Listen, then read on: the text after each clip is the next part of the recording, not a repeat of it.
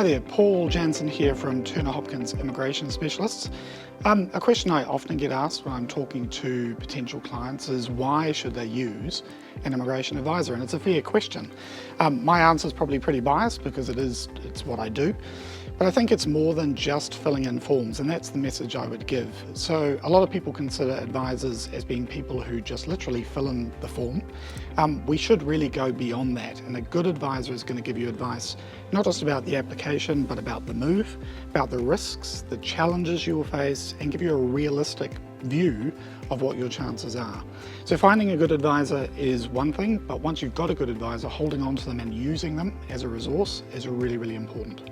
I think if I was going to give anyone advice and tips on making the move, it would be to start with an assessment of your options, and it's something a lot of people don't do.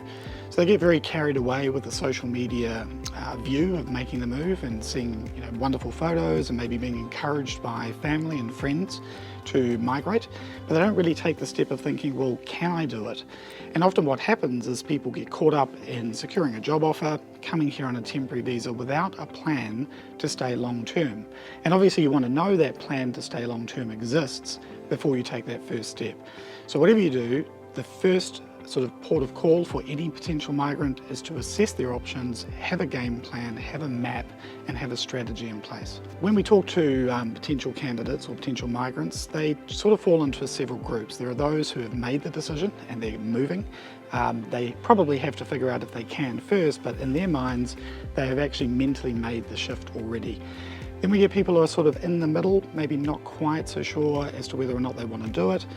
They're still feeling their way around. And then we have the first group, who are those who are really just sort of testing the water. And for all of those people, I think some of the advice I would give them is to be realistic about what this process will involve. It doesn't matter whether you've made the decision to move or you're at that very early stage of sort of feeling things out.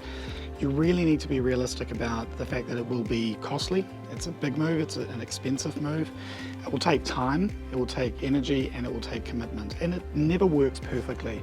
Be ready to change and to adapt and to have a flexible plan and someone to help you through that process as well. If you are thinking about making the move, and whether you're at that early stage, sort of testing the water, or whether you've really made the mental decision and you've kind of packed your bags in your head, reach out to us, give us a call, drop us an email, get in touch online, and we'll basically start by establishing what your options are, give you a realistic view of those options, the steps involved, and a budget, because ultimately you need to have all of those things in place to decide on if you actually are going to make this work.